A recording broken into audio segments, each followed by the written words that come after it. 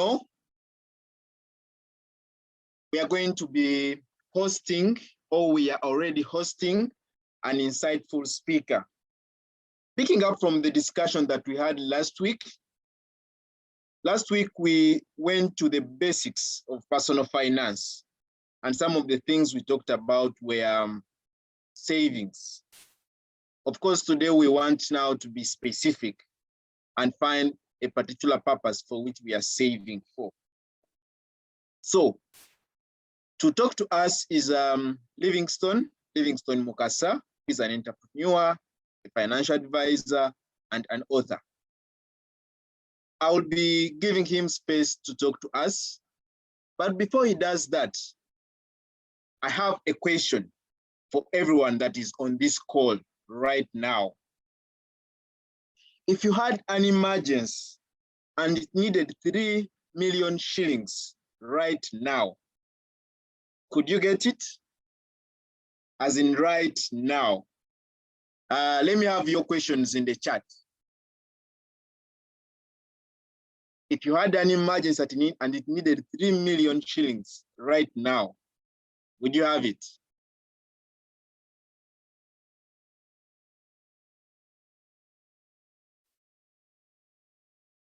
Type your response in the chat.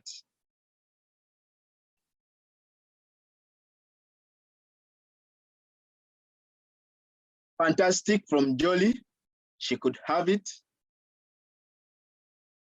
Kagamba says, I could have it through Payola. Agnes Mulera says, yes, that's fantastic. Yes, I can. So this is very good. So that means that today we are going to have a very interesting topic. Someone says run to the bank. Someone says me not. That is Susan from Masaka City Information. Narua is asking, how much did I say? I said 3 million Uganda shillings.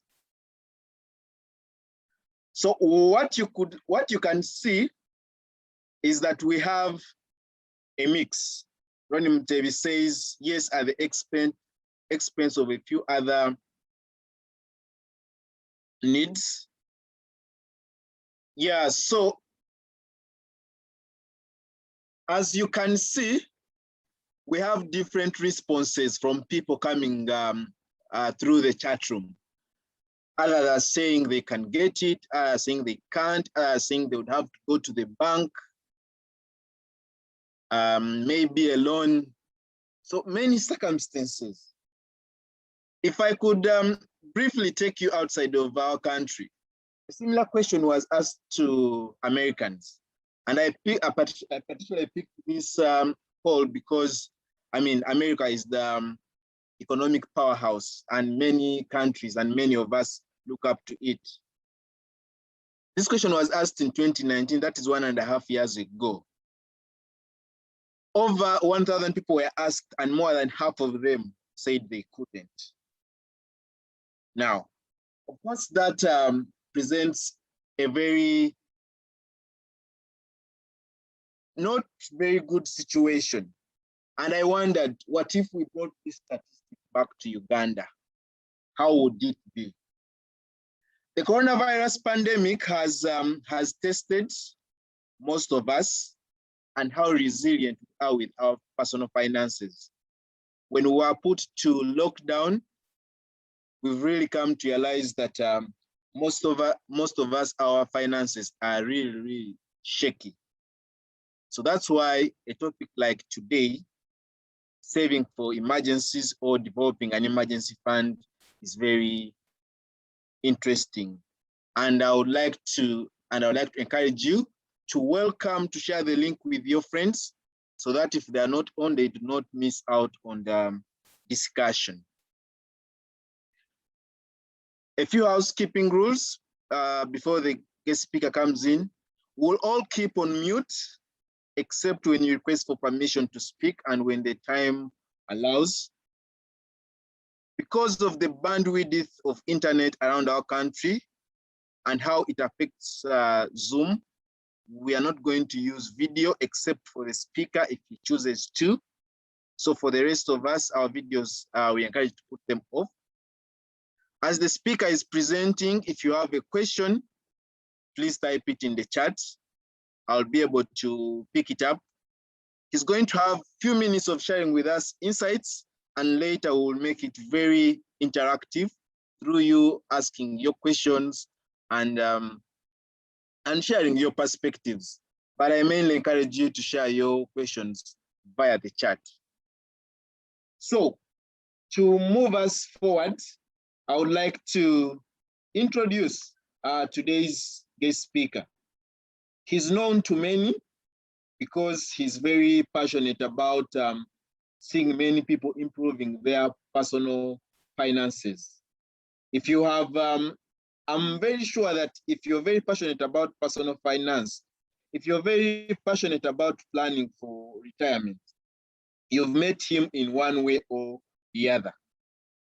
He's also an entrepreneur, and he is a co-founder at 41 Financial Services.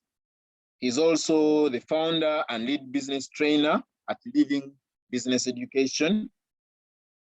He is an author of 2 books, The Great Financial Rebuild and Investing for the Future. I've read Investing for the Future, and I can tell you that it didn't leave me the same. He'll tell us more about the 2 books when he's speaking. He's a seasoned entrepreneur, a coach, and mentor. So right about now, allow me offer the floor to Livingstone Mukasa to take us through some of the practical strategies to save for emergencies. Livingstone, over to you. Welcome, Dalias. Thank you for inviting me to present on such an interesting topic. I'm going to share my screen, if that's okay with you. So let's first get this out of the way. We want to make sure that we are working on the same. Okay, so that's where we are. My name is Livingstone Mukasa. I want to welcome everybody that has taken time and bought the data to tune in. Those that follow me over the many platforms that I share on, those that have used the lesson that we share together. As you all know, I tend to share from a practical perspective. I tend to speak from things that have worked. And also the aspiration that I have as a Ugandan, the aspiration that I have as a person who was once poor, broke out, and now wants to put as much space between me and poverty. As you have said, you can tell I'm an entrepreneur. Like I normally joke with my friends, I have itchy fingers. And so I'm always starting stuff. And some of the things that we've built have been very beneficial, like Living Business Education has trained 30,000 Ugandans how to set up and run businesses, and worked in 6 other African countries. And we've done the work we did with Mazima, and we continue to do, has also been quite impactful. So probably for today, since we have not so many minutes, I want to start from our journey of what we understood and why emergency savings became personal for me. I remember I have been, when we started building Mazima, we thought that long-term savings were an issue. And so we told people you can save 2,000 shillings a day, and then you can start building food for the future. So we thought that was the goal, until we found out that when people started putting away money for long term, like even for retirement, actually they were raiding their retirement funds to take out when they had a personal crisis at home. So I remember this gentleman who called me somewhere from Chiswa, and he said, I have been chased out of the house, my kid is sick, I don't care about retirement, can you give me some money out? And all he had was 6,000 shillings on the account, and he walked from Chiswa somewhere in Bugorovi to come to Namirembe, where we were based, to try and get hands on the 46,000. And we could say, no, you should have saved for retirement. I mean, you should have saved for emergencies. So these things are very common. I have seen people that go to hospital, and the wife is giving birth, and it comes in, and the guy all of a sudden cannot be able to pay a bill of 400, 500,000. So we see it over and over again that emergency savings is good financial planning. But what are emergency savings? And so before I start now digging into what they are, what essentially we're talking about emergency savings is to plan for those things that happen, that they will happen because life is like that. There will be things that happen to you that you never planned that will happen. There will be things that come unexpected, but you need to be able to have that cash. And you have to remember that we're living in a cash economy. Everything that you require and every service and every good you need to be able to buy it. And so if you are buying everything you need, when an emergency comes, you also need to have some money. And remember, we're also getting detached away from our extended families. When I was growing up and we learn out of salt at home, my mother would tell me, go to Mama Nabanja, you down there and you bring some salt. And then they will give it to you. So, but now in the city, even your neighbor can't give you a piece of salt from what they have. So we have to get wise and start planning. So let's start by stating the rule. The rule is that you evaluate. So why do you evaluate how much money you are spending? So it starts from knowing how much is your expenditure on every given month. So you need to know, my family lives on 600,000, my family lives on 400,000, my family lives on 1 million. Once you understand how much money it is, that then will define how much emergency savings you need. So therefore, if you are living on 1 million shillings, your emergency savings need to be equal to three months or up to 6 months, as we're going to be able to see as we go through this presentation. So now I think the first question that I wanted to answer is, why do you need emergency savings? Because if we answer that, then I think I stop saying something that if it is coming from the West, and it becomes something that we can be able to relate to. The first one, in times of war, prepare for peace. And in times of peace, prepare for war.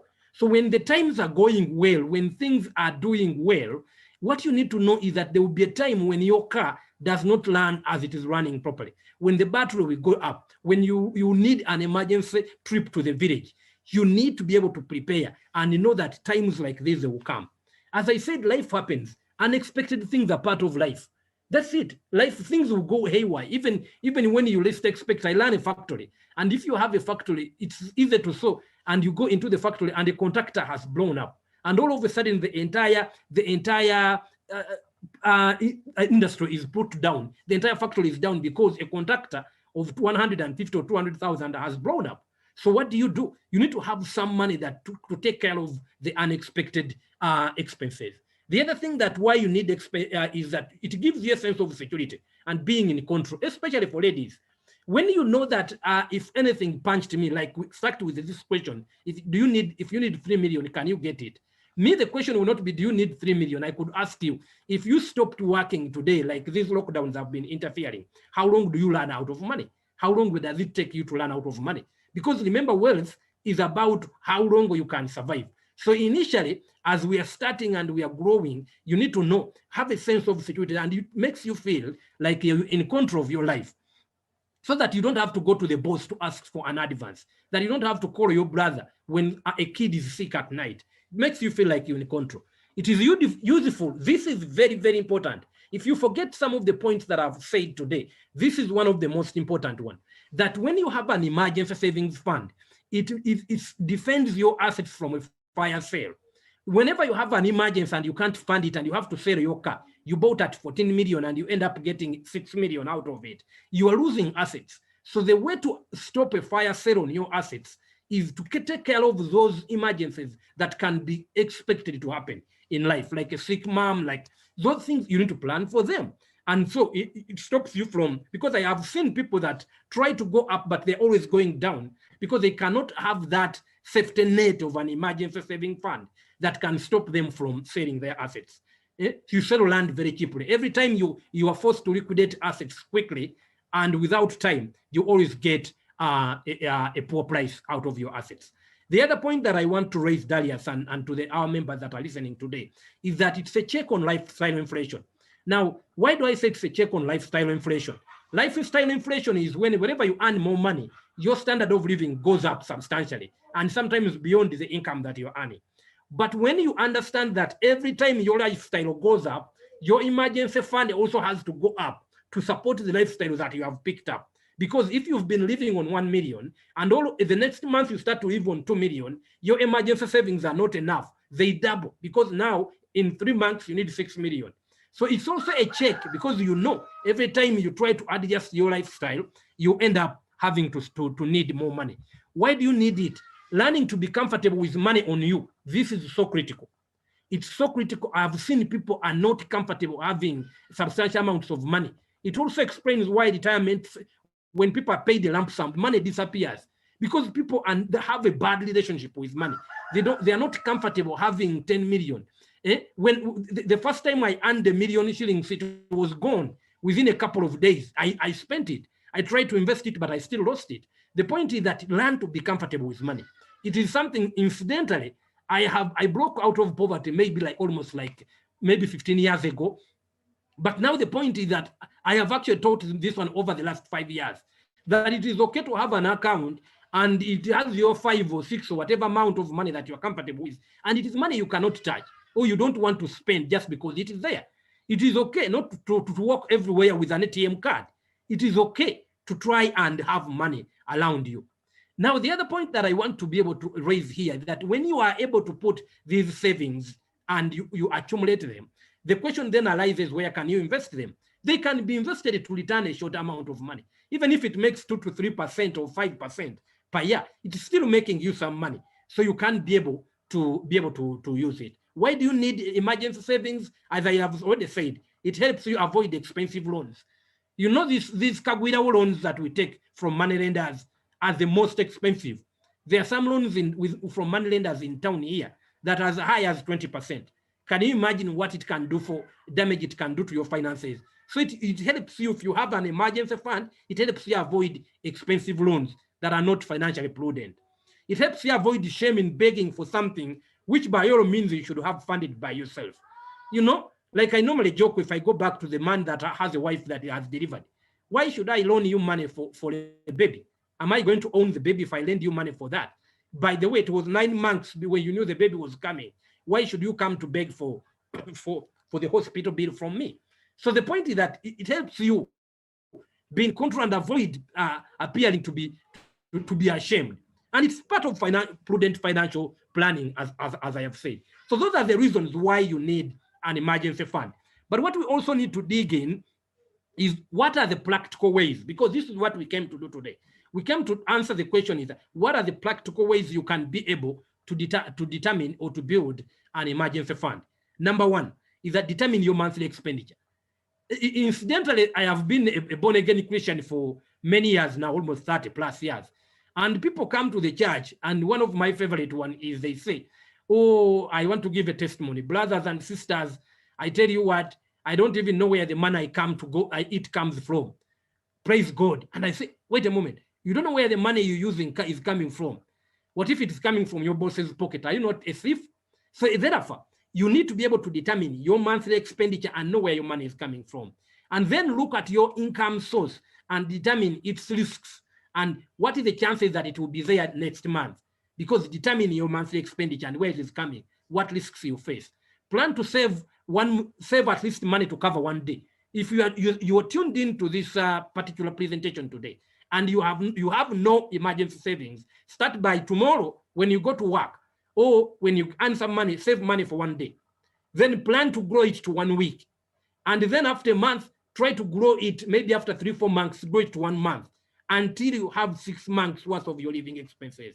That's what is more comfortable, what's more recommended. So saving for emergencies does not mean you don't save for things like retirement.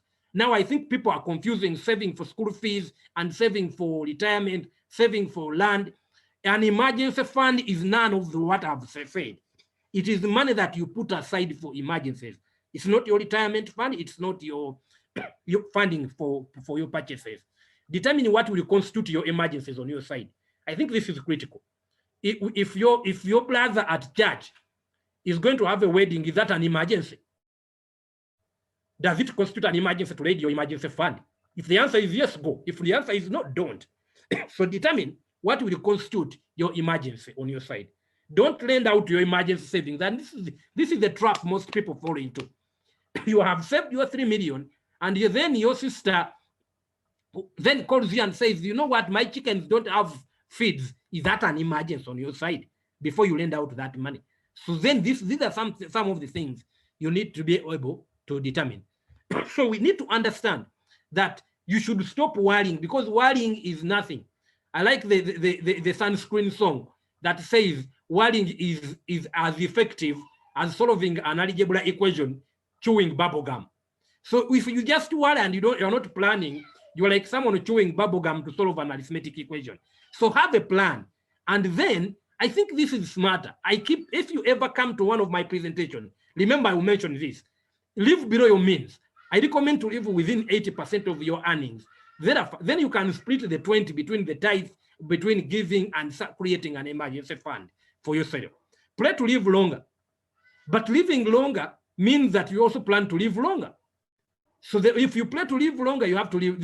Looks like retirement, but even if you are listening to me and you are retired, emergency savings are still part of the money that you need to be able to come in and have. Whether you are rich or poor, you actually need emergency savings. And the more expensive your lifestyle is, it is what it constitutes. You need to be able to have that money on the side. The higher you're spending, the more that will be. Learn to say no to impulses and those around you that don't seem to be in control of their finances. So that's a game. If you are not planning your finances well, your lack of financial planning should not be an emergency to raid for me my emergency side. In other words, you be careful with people that are around you that are making you make decisions that are not the practical way to be able to keep your emergency savings. So I quickly want to learn through where to keep your emergency savings. One of my favorite one is most people keep their emergency savings under their mattress, which we call International Mattress Fund. I always find that funny. But 40% of all the savings put under the mattress are 40% about health related. This is data from the Finscope survey. I think that's the last we have, was I think 2019 Finscope survey. It says that 40% of whatever emergency savings people put on the side are usually reserved for health-related expenses. So if that is the person that you are, and it's making a lot of problems for you, maybe you need to buy health insurance for your family if you can afford it, and it is something that you can do. The other place you can keep it is in a bank account, a checking bank account, but try to separate it from your daily expenses that you have. And then saving groups are very common, where people keep some of, because they know if they have a problem, they can go to the savings group. Now, this tells you something why I found emergency savings actually very important. That after we built Mazima retirement plan, and we felt that people now had an option to save for long term, we built My Savings. Now, we have mobilized more than 400 million this way. There are about maybe 200 people that are saving with us, and these people have emergency savings that are saved with My Savings. So what we essentially do is that we tell you, okay, build your emergency savings. If you have an emergency, call us, and we can be able to liquidate money out of the market. It helps us to have the money invested, and it is then at the back end as a unit trust. So then unit trusts, like that brings me to unit trust. Make sure that you are able to be paid quicker if you have an emergency that you need. Short-term financial instruments like Treasury Bills and Bonds can also be used, but you be careful. Make sure that you can be able to either be able to liquidate them if you have an emergency that comes your way. Quickly, I want to say what happens if you hit 6 months worth of emergency savings. Remember what I said in the beginning. The goal is that if you live on 1 million, save 6 million. If you hit 6 million, the game is stop saving. Stop saving into your emergency fund. Now we need you to direct your savings to long-term saving, long-term investment goals like retirement, like buying assets like land and building rentals, or so buy other form of assets. In a few rare cases, you may increase your standard of living, and then you have to increase your emergency savings again. I've already explained this, and I hope this sinks in and sinks in well.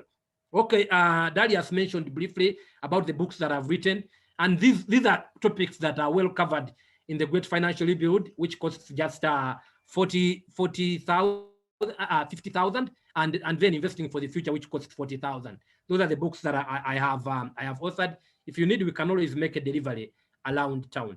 We are working on so if you ever save more than if you already saved your investment funds and you now want to invest in assets, well, these days we also have an option to invest in property, and we have we're selling homes for Seguku condominium homes at 150 for 2 bedrooms and 3 bedrooms at 200 million. So, and we have come together, people that have aggregated their saving that way. So in a sense, that's what I had. I thought this should not be a complicated subject. I wanted us to be able to have debate, be able to talk and share. And so I want to go back to Darius. That's what I had covered today, but I'm happy that we can have a discussion going forward. Darius, over to you. All right. Thank you very much, Livingston, for sharing with us.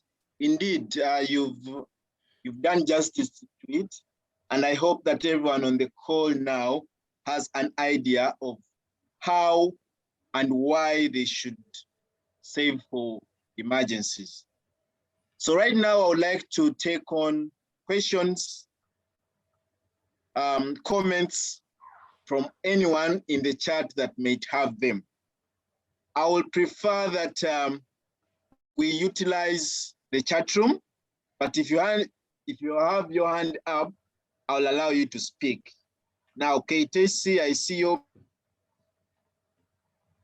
mic is off, so even if I allow you to speak, you won't be able to speak. Okay, so I'll start with questions from the chat room before I can go to people who have raised their hands. But I kindly encourage you, use more of the chat room. All right, thank you. So I see people are appreciating. They're appreciating some of the new terms that you've shared with them. Thank you very much, Livingston. All right, so, okay, I see someone here made a comment about 500K, which they bought, and then they sold it at only 200K. All right, so I really don't have questions in the chat for now. Okay, I have this one from Kagamba. Advice on terms and conditions for joining Mazima. So you could respond to that, and then we are going to switch to the people that are raising their hands up. So thank you. And as I have said, when you're saving for emergencies, you should not stop for saving for long-term goals like retirement. So we have two funds. One is Mazima, and Mazima is very easy to join, especially if you're MTN mobile money. If you check in the chat room, what you need to do is just have 10,000 on your account, and that would be the cost of membership if you want to join Mazima. And then you dial 165 star, and that would be 6 *4 *2 hash on MTN, and that would be able to you'll be able to ask you to register, and then you'll be able to join Mazima. For those of you that want to save with My Savings, which is a fund, the emergency saving fund that we learn, My Savings is also easy. It's My Card app. You can use My Card app, which is available at Google Play.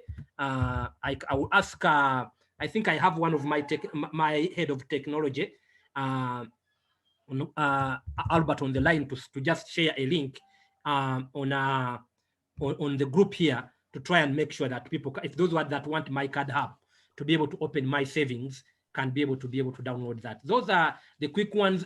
But remember, what Mazima has done, and I think is a smart thing, is if you start saving with Mazima now, 70% of your money is committed to until you are 50. You can't get out of the money. So you should remember that as you are starting out to save with Mazima. You can only access 30% after 1 year. So over to you, Darius. Thank you, Livingston. So someone was asking, how does Mazima savings scheme work? I think he has alluded to part of that. Angela Nakafero is asking, COVID is making saving for emergencies extremely challenging in context of skyrocketing medical bills. Any advice? And then you respond to it with this one. If you do use some funds from your emergency fund, do you refill your fund to its original amount? How about if you get regular emergencies? Okay. I add this third question, and then you answer them at a go. If I have NSF funds, do I still have to save for retirement? So over to you, Livingston. Well, beautiful questions that are coming in. And I like the fact that you guys are now starting to understand the difference between the difference between emergency savings and long-term funds like retirement. Now, let me first start with a quick one. Someone asked if I can join Mazima if I'm above 50. Yes, if you are joining when you're above 50, the law that you can't get your money after 1 year, you have to get it at 50 does not apply to you. So you can join. We actually have people that are already above that. Someone has also asked a question about regular emergencies. Well, life can happen to you. It can deplete you. And then one day you find that all your emergency funds are gone and you maybe had to sell an asset to survive. The point is that once you stabilize, then need to fund your emergency savings again, because that's the reason. That's why they are there. And then the beautiful question that I find interesting is that if you take money out of your emergency savings, it's actually a loan. You need to refill it. That is smart. You need to be able to do that. You need to be able to refill and be able to refill it. And so that's good. So, but remember, it's good practice. What I remember my mother when I was growing up somewhere in Masaka in the 80s, there is what we call in Luganda or Mukandala, where people, your mother has something that they tie and they walk everywhere with it. Like akasente ako bakateka kumugua, bakata kasente ka chichala. So the money is put there and they know. And normally the ladies do it. And then the men always are trying to struggle, find out what you'll be able to do. But my point is, if you take it out, you need to be able to reborrow. So COVID has shown that it's not enough. Well, things like this come. But I also tell you, if I had 6 months worth of living expenses, and assuming I don't get COVID, can I survive these lockdowns? The answer is yes. If I can, then at least I'm better off. I can start rebuilding faster. Like I said, it's about defending your assets. So somebody is asking for a website for Mazima, and I think someone needs to be able to put it in, which is www.mrp.co.ug.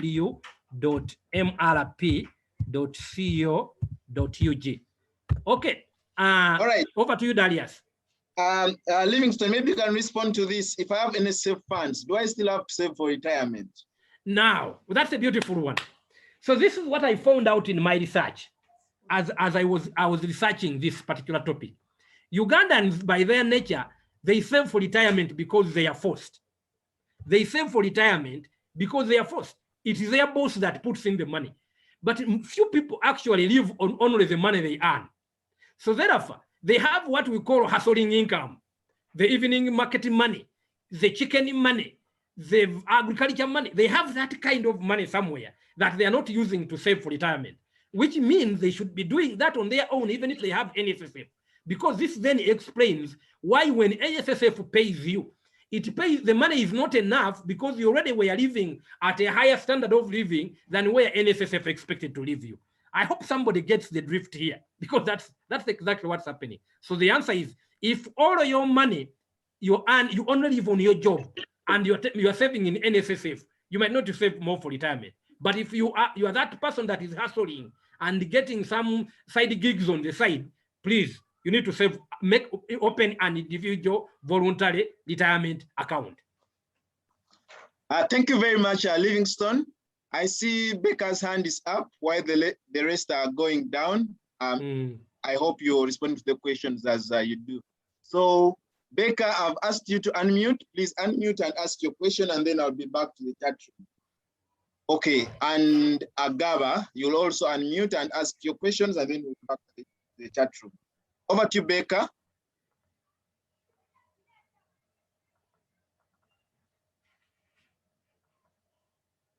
Okay, hello? Hello? Yes, please. Are you getting me? Yes, we can. Yes, hear we you, can Becca. get you, please. Yeah, this is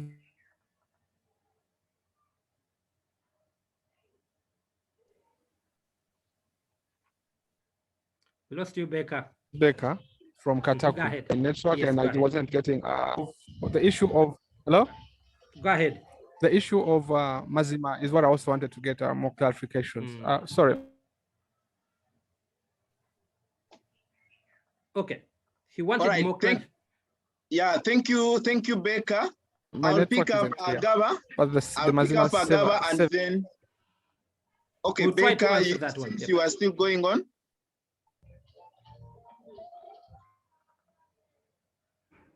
So friends, why I'm encouraging you to use the chat room is because we are not sure about our different networks that we are using from wherever we are. So let's use the chat room because it is more friendlier when it comes to network issues. So I'll ask Agaba to unmute and then I'll be back to the chat. Agaba David.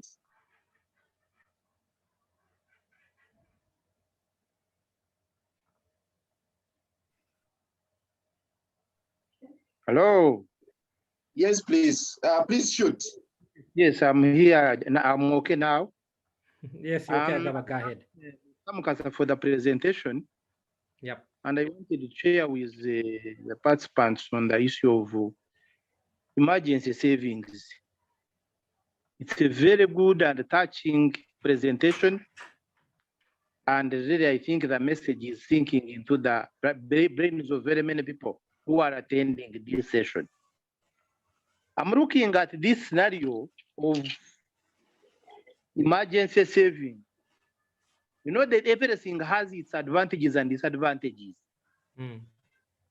As people who are working sincerely, we have benefited a lot from the little money you can save. As Mukasa said, that you can even work around 80%, and then for that remaining 20, you portion it, but part of it remains as a emergency saving.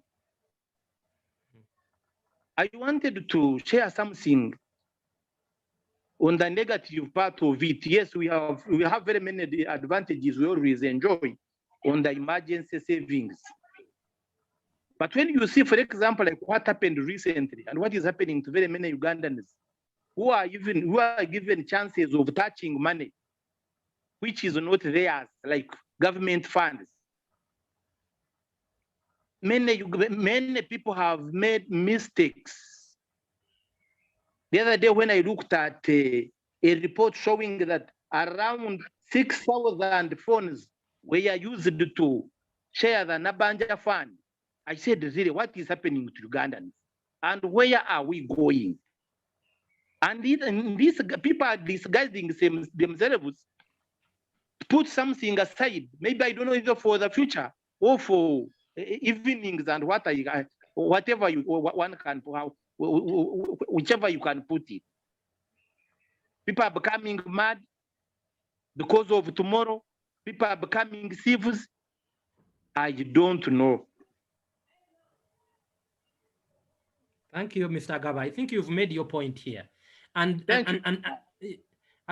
maybe to quickly come in, Darius, Mr. Agaba, well, the point is that when people feel like they're being left behind, and we have found this is also has empirical evidence that the most corrupt people actually are in their 40s that feel like they really need to put money on the side and they never did it the proper way. I'm against corruption. So when we teach people, especially the young ones, that they need to handle money, and so better financial planning becomes part of you. I don't have a push now where I am that to be corrupt or to try and steal or do, because you have to be consistent.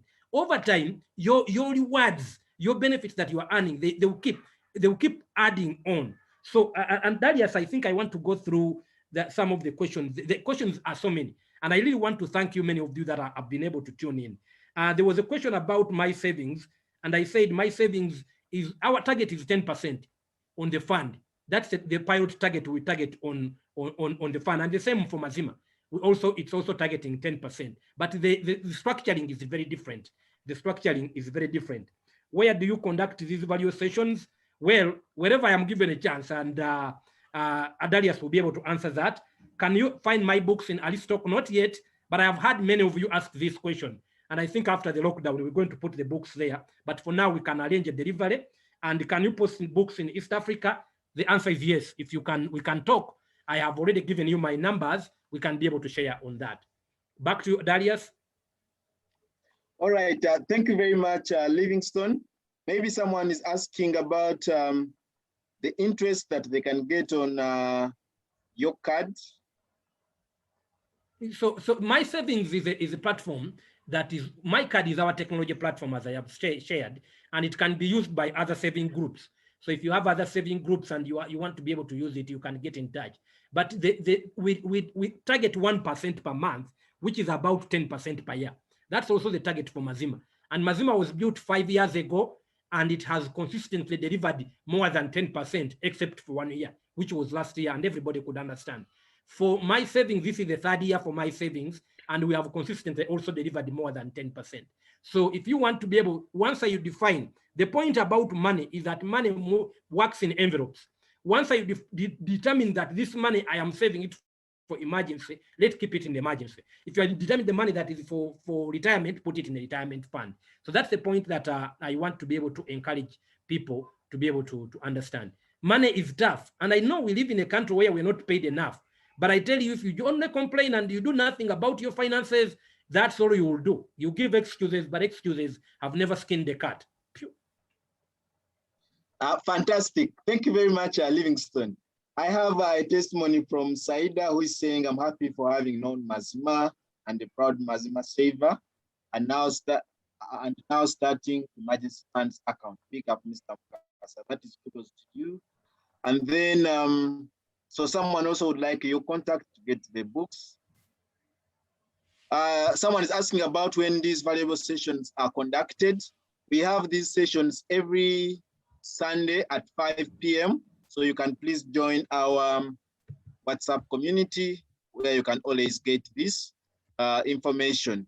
Or you can search on Facebook for a group called Personal Finance Mastery so that you'll be able to be part of our discussion. You can also share your email in the chat and we'll pick it up and we'll always send you invites for these sessions.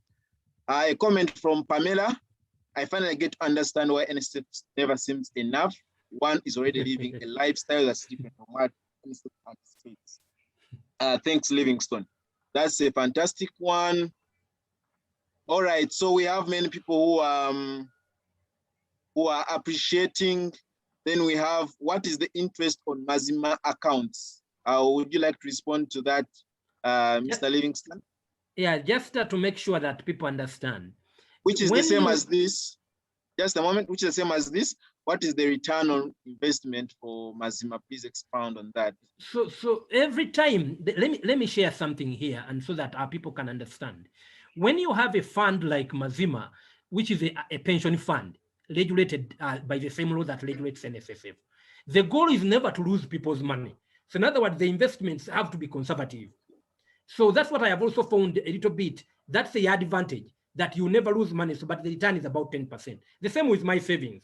We also invest that the principal is guaranteed. I want people to be able to understand this. So the principal is guaranteed. On the other side, which is also becoming apparent, is that especially for young people, they need to take risks. And if you want to take risks, you have to invest in things that might be riskier, but have a chance to pay you a higher rate than the market, the financial markets can be able to support.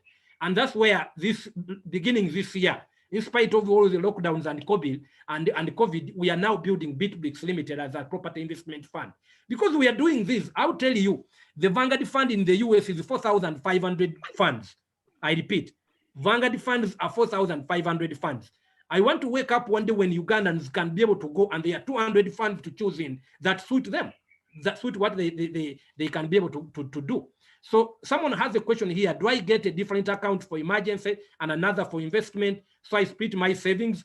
The answer is now yes. For our company alone, now we have 3. If you wanted, let's say, you want to save for emergencies, we'll give you my savings. You want to save for retirement, we'll give you Mazima retirement plan. You want to be able to save and invest in property, which is more riskier, and then we can give you BitBricks. So you see, we are beginning this journey. My hope is that we need to give people choice. This business of limiting everyone in Treasury Bills and Bonds, I think, is not something that I should have been able to. I think we need to solve it over time. Fantastic. Christopher is asking, it says, thanks Livingstone for the wonderful presentation. Based on your experience and findings, how best do I save for emergencies and other developments? Do I get different accounts for emergency and another for investment so I can split for my savings? Or I first embark on the emergency account, thereafter save for investment? What would you advise? Well, I say the money works in envelopes. Money works in these pots. The pot for emergencies has to be there, It has to be funded, just like you fund rent and you find electricity. These pots have to be there. So start by winning the food war. Start by being able to buy enough food and have where to sleep. Once you win that, then you start finding that this becomes critical. But if your life is an emergency yourself, and I say to save for an emergency when you don't know where your next meal will come from, I'm sorry, I would be sarcastic at best. And so I want people to be able to win the food war. If you followed me, this is something that I've also printed. If you want us to ever discuss the food war, I'm happy to engage you on particularly onto that. And then I have something here that somebody has quickly mentioned, but it's a little bit away from what we are discussing today. They say they have Googled Livingstone and they have found out one of the impediments that we have in the developing world is that in countries like Uganda, it's that those that have ideas don't have money, and those that don't have money to invest have the ideas. I think that is something that we find. Capitalism is supposed to be a bridge between the gap between those with ideas and those that don't have the money. I think that's something that we are working on. If you see, I'm a living example that this divide can be bridged, and I want people to take on a chance. If I were to summarize this, of course, time is not on our side. There are people that should be thinking for money in other people's pockets, not to steal it, but to help grow it. I think that's where I could summarize it. And say, how do you guarantee people's savings? Ugandans have been robbed of their savings in such ventures. Angela Nakafero, you are right. Trust can only be earned. Even if I tell you that trust can only be earned. But over the last 5 years, we have proven over and over again that whoever invests in funds that we build is able to repatriate back their money when they need it. So, and it's also the regulation that is applied and build the trust. If you don't trust in me, for example, where are you investing? Whenever someone tells you, I'll give you a return, you need to be able to understand where is the investments going. For example, my savings is essentially an agency for a unit trust from Britain, and Mazima is regulated as a pension fund. So if you want to go, find the people that are going where you are going, and then you're likely to, even if you don't know where you are going, but you find people that are going where you're going, you're likely to get there. Darius? All right, thank you very much. You could respond to this one. The NRM government has long hands and they give their hands anywhere without respect. What is the guarantee that Mazima savings won't be fingered by NRM government? Let me tell you something. When it comes to the government, the moment you have a legal tender in your pocket, even if you took it in a box, the government can come and take a bit of it, even if you find it there. So people, the Ugandan government since 1962 has paid its debts. So we invest in treasury bills. And I also there is good things and bad things on that. The first is that inflation is an issue, and but Mazima savings are safe. We have proven over and again that it can be.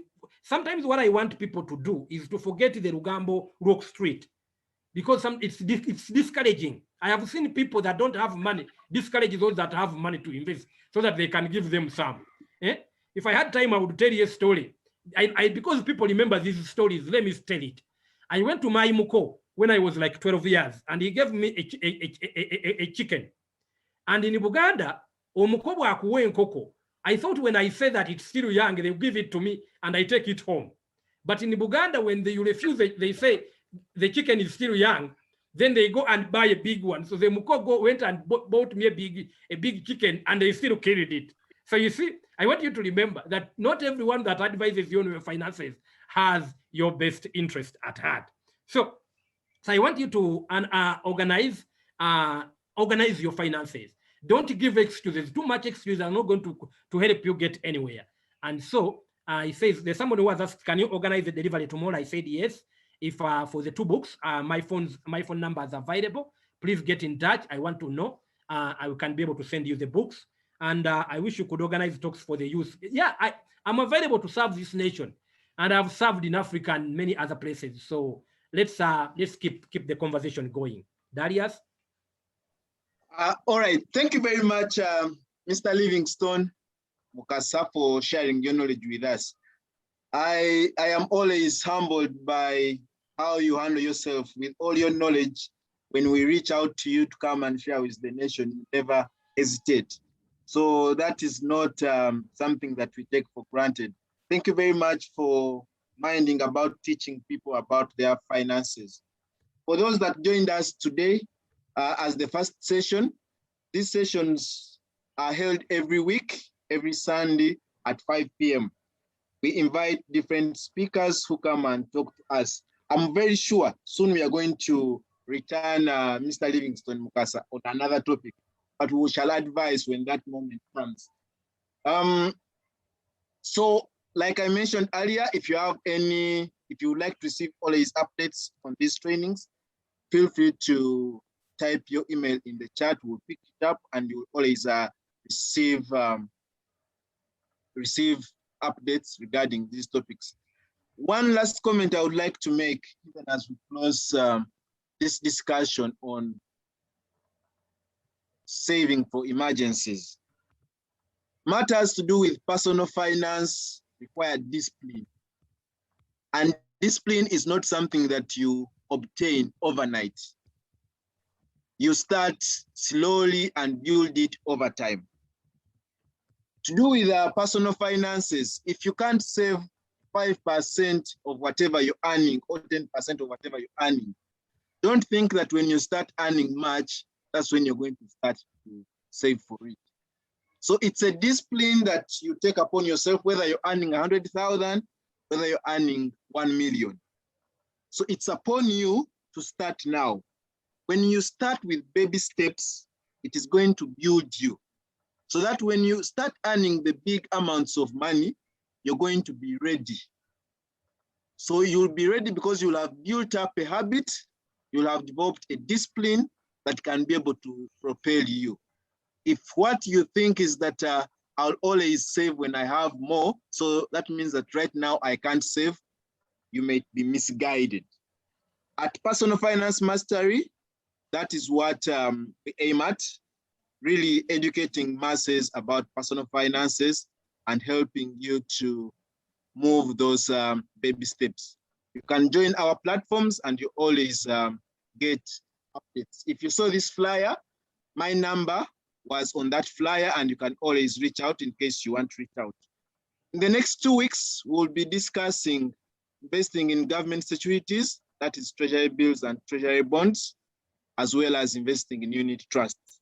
So be sure to look out for the invite when it comes and join us again on Sunday. Mr. Livingstone, once again, thank you. And I would like to give you a minute to give your parting shot as we close the session.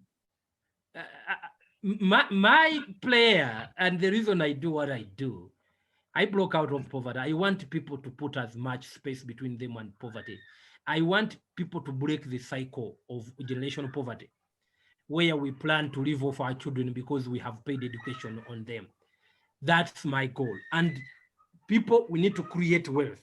The nation is as wealthy as its people. So I am praying that people can take planning for their money seriously. Get into the game. I've been on this game for 20 years and I'm still fighting hard. I want you to be able to know that it's not going to happen tomorrow, but every day make a step in the right direction and you'll be able to win. And I'm waiting for you in the winner's circle. Thank you, everybody. Thank you very much, Livingstone. So right now, I'll post again the link to our WhatsApp community in the chat and you can join. It has been a pleasure hosting you.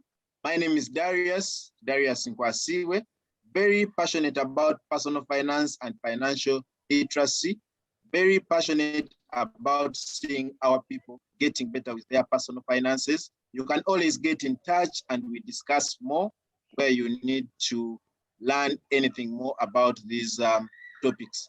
So that's it that we had for today. Feel free to move out of the session now as I post the link to our WhatsApp community for those that may want to join. Bye-bye, guys. Bye.